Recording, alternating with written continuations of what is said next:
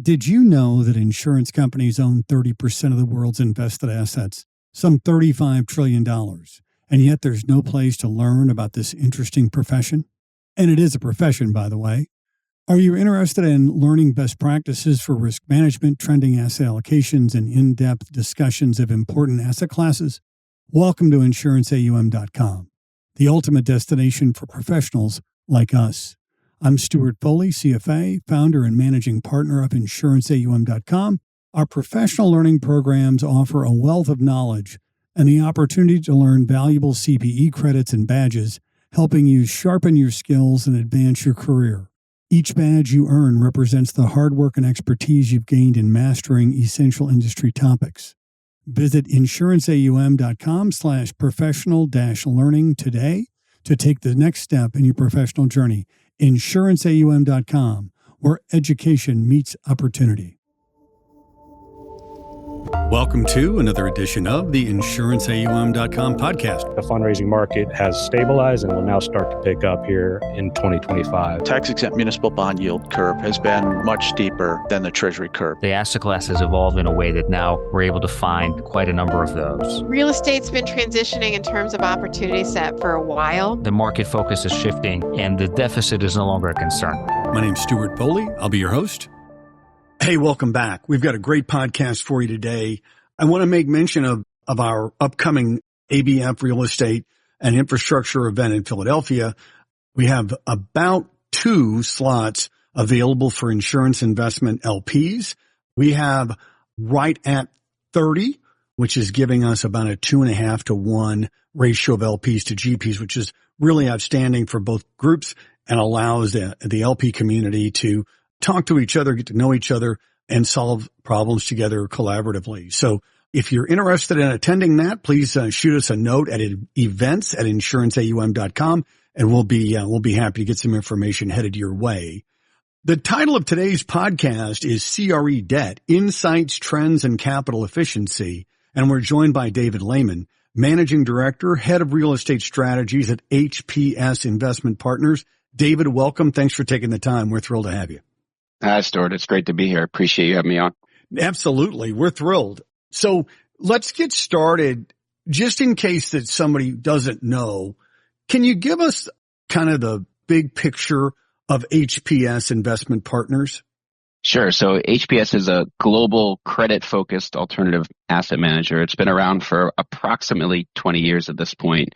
14 offices across the globe, roughly 800 employees, and we manage $150 billion approximately of assets, primarily in private credit, which is our background.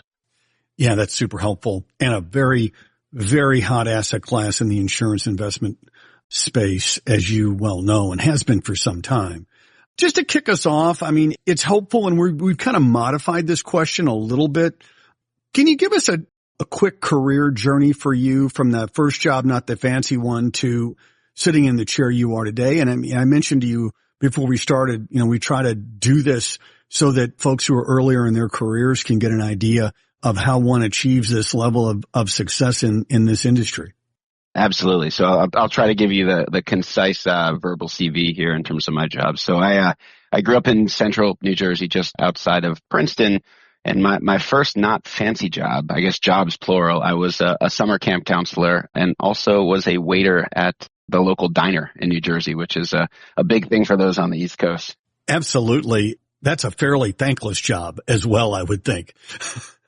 It was amazing. I still think back on it today when I was in my teens there, and I learned more in that job than I did in many of my other ones. A lot of life lessons and interpersonal interaction and connections with folks. So yeah, waiting tables and summer camp was where my career started 30 odd years ago. But after college, I moved to New York City and started working in fixed income on the trading side in the securitization market. And this is the late 1990s at this point, focused on asset-backed securities and then commercial mortgage-backed securities, where I've spent a lot of my career in and around trading businesses, managing trading businesses at banks, ultimately managed real estate lending business, what a bank was doing on balance sheet, as well as what we were doing with the intent to syndicate or securitize. And then roughly 6 years ago, I did something entirely different, Stuart, actually, not going back to the diner. but I worked in state government. My wife, family, and I live in the state of Connecticut now.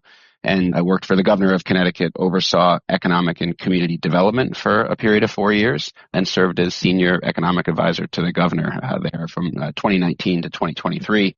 And then I joined HPS in my current role in the middle of 2023. So a lot of different things over the past quarter century or so. Wow, that's interesting. The government stint I lived in Connecticut as well, a little earlier than when you were there, but that's super interesting. I actually was in city government for a minute. And that's a completely different world. Anyway, long story. So let's move to CRE market evolution. You have seen significant shifts over the past 25 years in commercial real estate. How would you describe the biggest changes you've witnessed, particularly in sectors like office, retail, data centers, and senior housing? I think the biggest change we've seen, and I think this is more important now than ever given some of the obsolescence risk in real estate as the economy changes, as how we work, how we shop changes. But when I started in the 1990s in the business, there were what folks called the 4 food groups of real estate. You had residential or multifamily, industrial or logistics, and then you had office and retail. And you fast forward to today, office is a sector that has considerable challenges right now, and we can spend a whole nother podcast on that. Retail, there's been a slow transformation, but one that continues in terms of how people procure goods and get goods delivered to their door as opposed to going to the malls of the 70s or 80s. So, in terms of the big food groups, then I'm happy to jump into senior housing and some of the other ones. You've really seen a real shift where 2 of the sectors, multifamily and industrial, are still very much in vogue. There are arguably real tailwinds on those asset classes that we see over the next decade or even decades. And there are challenges on some of the sectors. So just shows the dynamism in the market, and that real estate, you can't chisel it in stone. You need to be open-minded and think about how the economy and the utilization of these assets is changing. Data centers is by far the fastest growing sector, and we can debate if that's real estate or infrastructure or yes, both of them. And senior housing, as the demographics of the country change and we get a little bit older here in age, senior housing is really an interesting asset class that we also think will grow in the U.S. and beyond. So happy to go deeper in any of those, but lots of change and just really underscores the fact that you need to be dynamic when you're investing in real estate. This may be a dumb question, and I'm confident it is, but when you're investing in data centers, and you mentioned, is it the real estate or the infrastructure? Are there situations where you own the computing hardware as well as the real estate, or is that somebody else financing the computers and whatnot, and the routers? It's typically the latter. Typically the powered shell and the assets of the building and around the building are part of what the landlord owns. Typically the tenant, in terms of the racks, the servers, what's in the data centers, just given there is real obsolescence risk there. That's replaced every handful of years, if not more. That typically is the tenant, and they've got the expertise as opposed to the landlord. So you're really focused on the longer term infrastructure around the power and the shell of the building as opposed to what's in it. And a big part of that is cooling, right? I mean, is cooling the cooling infrastructure and whatnot. So, all right, good stuff. So let me move on to the next decade in real estate, right? So looking ahead, how do you think about the next 5 to 10 years in real estate? How it'll differ from the time period since the GFC, and will the market dynamics be similar, or do you foresee significant changes? I'm basically asking you to dust off your crystal ball. Let me get that out of my drawer here as we talk. Yeah, the GFC, and that now over 15 years ago at this point, so a generation effectively. So I think there are, a number of maybe we start with the similarities now, and again, the next 5 to 10 years, your guess is going to be as good as mine on this front and all of the listeners here. But I think there are some notable similarities, at least in terms of how we think about it and how I think about it. And there's some really key differences. Maybe starting with the similarities again. First, you've had a 20+% decline in real estate values, peak to trough. That's actually only happened 3 times in almost the past 50 years. The S&L crisis around 1990, then the GFC in 2008, 2009, and then the 22 to present period. So it's a very rare occurrence, and that's happened again in terms of commercial real estate prices. Secondly, bank lending really contracted after the GFC. You saw deleveraging, sales of loans, sales of assets off banks, given the pressure, not just in commercial real estate, but residential real estate. And that is a difference I can get into, but you have not seen the pressure around residential prices this time around. And then thirdly, you have seen an increase in risk premium for whether it's commercial real estate as an owner in terms of the spread over risk-free rates or as a lender, which typically is indicative of a good time to enter the market. And we feel like it is a good time to be a new entrant in terms of real estate debt in particular. So a couple key similarities: prices declining, bank activity, and the increased risk premium, which typically is a sign of a good time to enter the market. Shifting maybe to key differences, and I think there are really some significant ones. First, post the GFC, you had a period of near 15 years of quantitative easing, artificially low, arguably nominal interest rates. And that really supported real estate prices and provided a lot of stability to the market. It feels like that certainly currently we can debate if they're high interest rates or normal. I would argue they're more normal interest rates, both real interest rates around 2% and then what inflation expectations are in terms of nominal interest rates. So very different versus the QE period.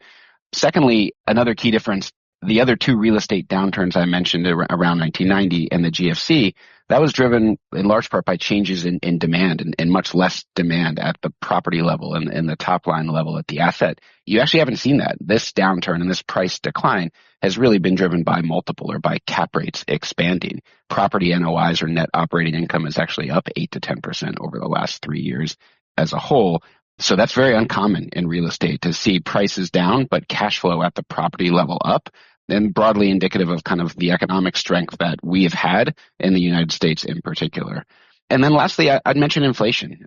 Inflation and some of the uncertainty around what inflation looks like going forward.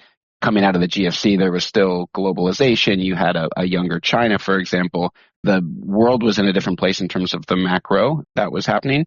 It feels like you're seeing more onshoring. The world's in a different place demographically, and there's clearly more discussion around kind of economic nationalism or protectionism that could impact both the property level demand as well as how those properties are valued from a cash flow perspective. Yeah, that's super helpful. I've got some questions that expand on a couple of things that you touched on just now. And one is the interest rate environment. As you mentioned, that interest rate environment was exceptionally low for an extended period of time.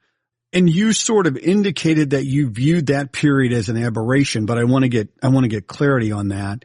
It seems like we are now entering a sustained environment of higher rates, and a lot of folks have said that the exceptionally low rates for long periods of time was not particularly helpful. I don't think anybody wants to go back there. Talk about what you think the rate environment was. The GFC an aberration, and how do you see the rate market from here?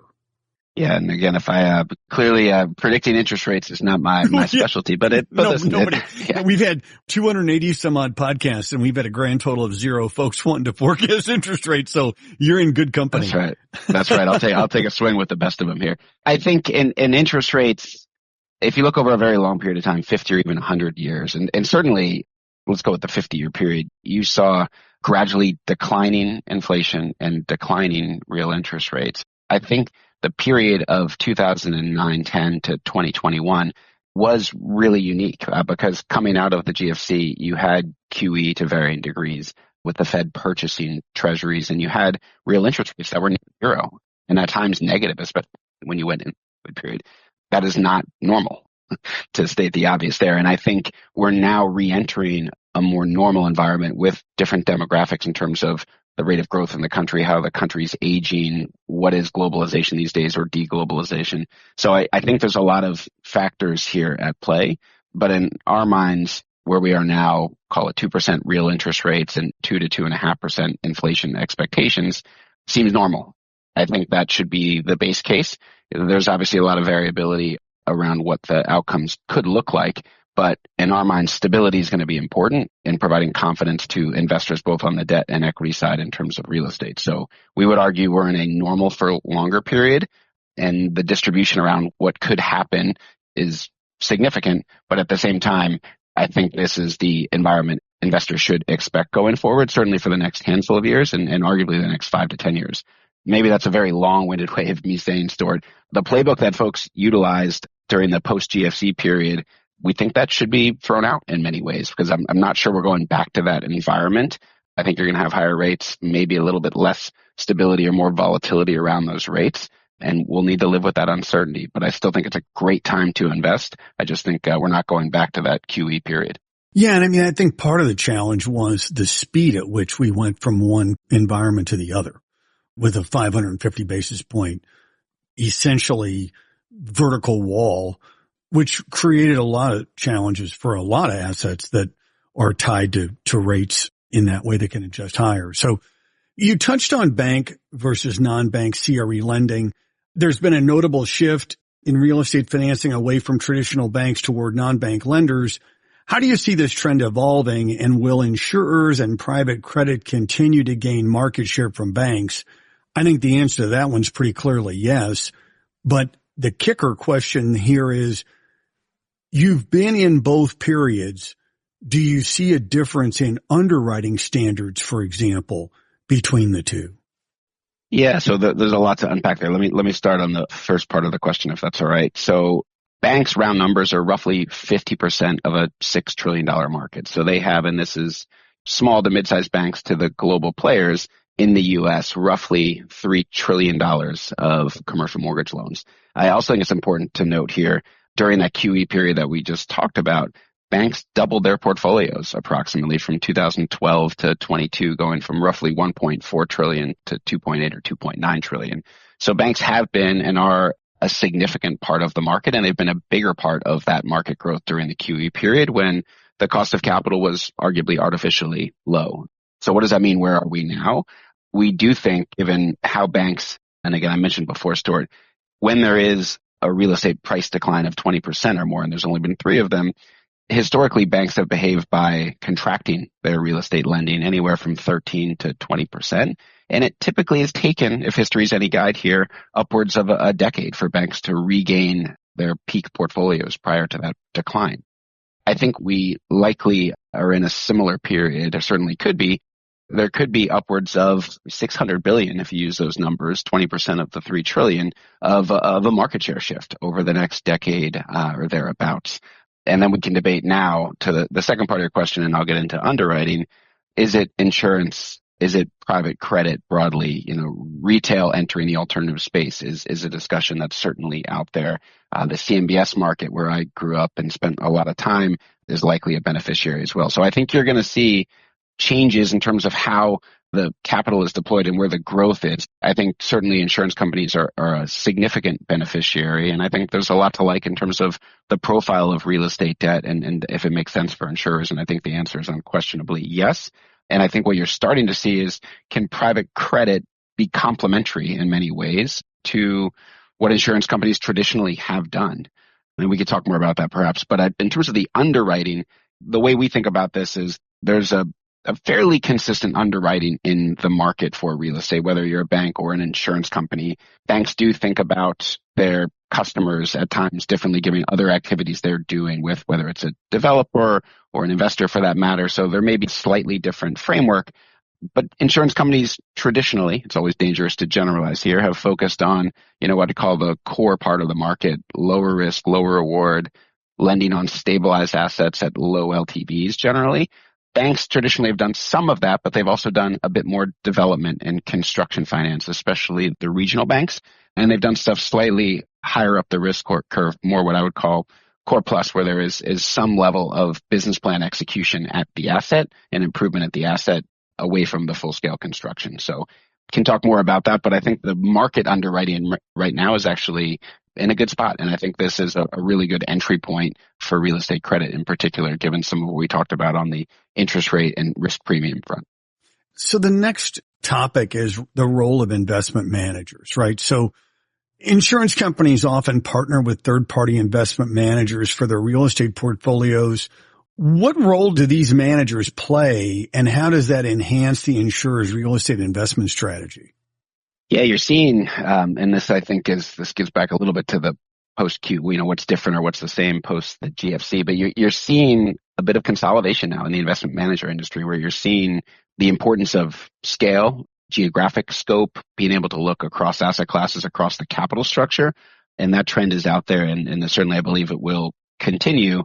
And that's important to insurance companies where you want a manager, generally that can be complementary to what you do in-house. So a lot of insurers have the scale and the size to do direct commercial mortgage lending, for example. It's been a core piece of what insurers have done for as long as I've been in the market and a lot longer. So then I think the question is, well, what's complementary to that? Are you talking to different borrowers? Are you in different markets? Are you in different asset classes? Is there a level of expertise that we don't have in-house that we're able to efficiently outsource that is truly complementary to our portfolio from a mitigating risk, mitigating diversification perspective? And do you have that ability to scale? And then lastly, but I think importantly, maybe this should be the first point, is there the right risk management if you're going to work with what's viewed as a complementary manager? So I don't think it's about duplication. I think it's about where could there be a complement to what we do, and does outsourcing make sense? And then if that judgment has been made, then you figure out what's the right place to do it with. Who should you go with? That's super helpful. So let's move over to capital efficiency and insurance portfolios, because capital treatment with the insurance companies is always a consideration. Can you explain the capital treatment differences between holding commercial mortgage loans directly versus through a fund? And how does that compare to holding like investment grade corporates as an example? And I believe that the NAIC has just made it easier for insurers to own this asset class. So this is particularly timely, I think. Yeah. So having some visibility from my seat in terms of how insurers allocate capital and kind of how they think about risk-based capital charges, commercial mortgage loans, CM1, CM2 in particular, so the highest quality end of the commercial mortgage loan spectrum, are very capital efficient. So if we take CM2 for a second, the risk-based capital charge there is roughly just under 2%. It's 1.75%, I believe, at the loan level.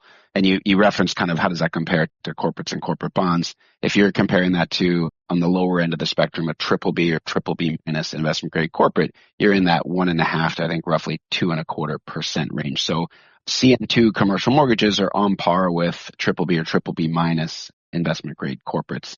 The flexibility I think you alluded to before is if you're an insurance company that's doing direct CM2 loans, you have that 1.75% capital charge that's assigned.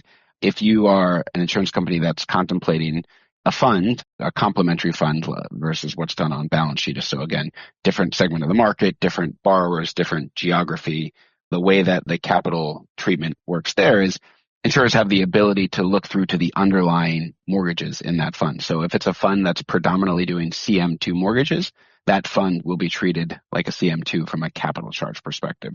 So there is, what we call kind of look-through treatment. And it is a very simple judgment. As I just mentioned, is the fund predominantly mortgages of a certain type, CM1, CM2? If so, the fund benefits from that treatment. So it makes it very simple as opposed to treating funds differently than the mortgage itself. You treat the funds like the mortgages that they own and invest in.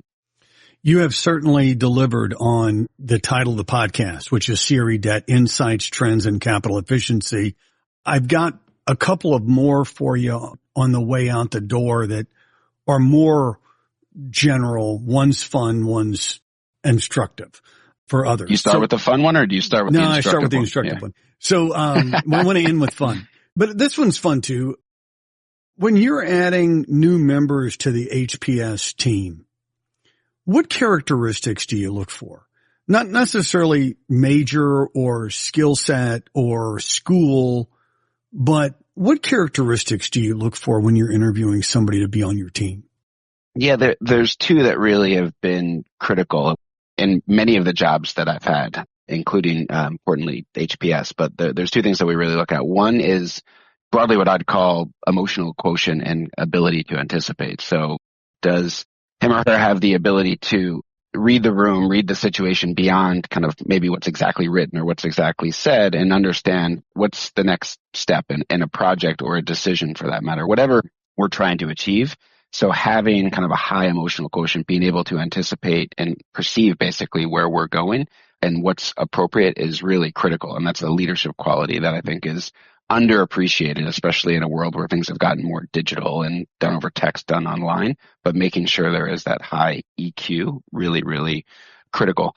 The other thing that I think is really necessary, and it's somewhat related, but being able to work very, very strongly in small teams is critical for us as an investment manager. So someone that has the ability to work across, whether it's regions, across product types, or within a 2 or 3 person investment team, again, often I think can be overlooked in the environment we are, where more stuff is done on Zoom these days. But being in the office, being able to work on that team and work efficiently in that small team is the second thing I'd really call out.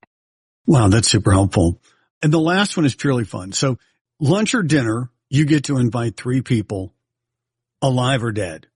Who would you most like to have lunch or dinner with, alive or dead? You don't have to be all 3. You can go 1, 2, or 3. I just want to give you all the rules here, just so you got some optionality. I've got 2, and I was listening to a bunch of your podcasts before. What I like about this question is you go lunch or dinner. And Mike, I'm not sure if my dinner guest, it could be different than the lunch guest. So yeah, I think that's right. Because if you're going to have a bottle of wine or whatever, maybe that's dinner. Although maybe it's lunch.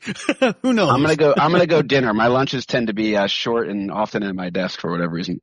So I've been a fan of kind of the Civil War era, and I wouldn't call myself a buff, but to me, it would be remarkable to have dinner with U.S. Grant and Lincoln at the same time. Wow. And I mention that just because we're in an area people think the country's divided today. Could you imagine what was happening in the 1860s? And Lincoln obviously went through a lot of generals before him and Grant really established a rapport and a working relationship. And again, certainly there were shortcomings there arguably in both of them, but just understanding what that relationship was like and it was very effective. To me, that would be a fascinating dinner to have. Wow, that's a very interesting pick. Very cool. I've really enjoyed having you on. It's been extremely informative. Thanks so much for taking the time and sharing your knowledge and experience in this asset class.